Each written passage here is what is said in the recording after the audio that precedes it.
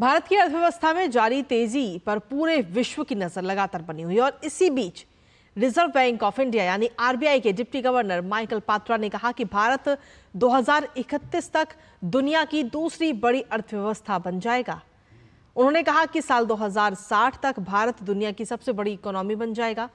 पात्रा के अनुसार भारत अपने महत्वाकांक्षी लक्ष्यों को हासिल करने के लिए लगातार नए कदम उठा रहा है।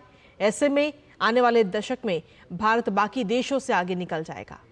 आरबीआई के डिप्टी गवर्नर ने अनुमान जताया है कि अगले दशक में भारत की इकोनॉमी ग्रोथ रेट 9.6% रहेगी।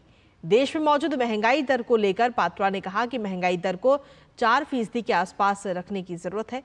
भारतीय रिजर्व बैंक ने चालू वित्त वर्ष के लिए महंगाई दर 4.5% रहने का अनुमान जताया है, तो वहीं अगले वित्त वर्ष यानी 2025-26 के लिए 4.1% का अनुमान लगाया है।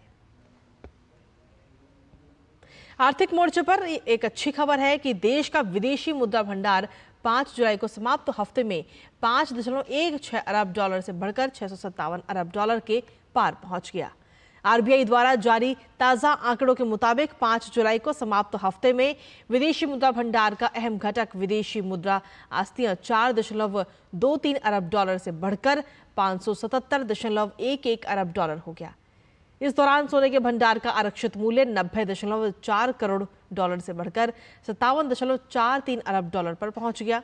आंकड़ों के मुताबिक इस अवधि में विशेष आहरण अधिकार भी 2.1 करोड़ डॉलर से बढ़कर 18.04 अरब डॉलर हो गया।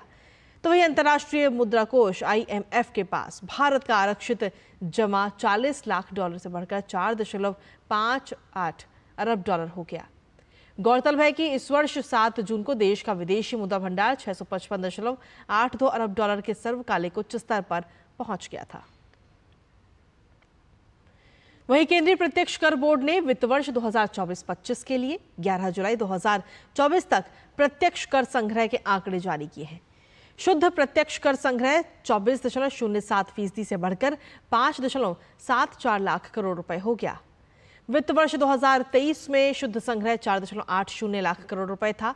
इसमें 2.1 लाख करोड़ रुपए का कॉरपोरेट टैक्स और 3.46 लाख करोड़ रुपए का व्यक्तिगत आयकर भी इसमें शामिल है। सरकार ने वित्त वर्ष 2024-25 के अंतरिम बजट में कॉरपोरेट टैक्स से 10.4 लाख करोड़ रुपए और व्यक्तिगत आयकर से 11.56 लाख करोड़ रुपए का राजस्व प्राप्त होने का भी अनुमान लगाया है।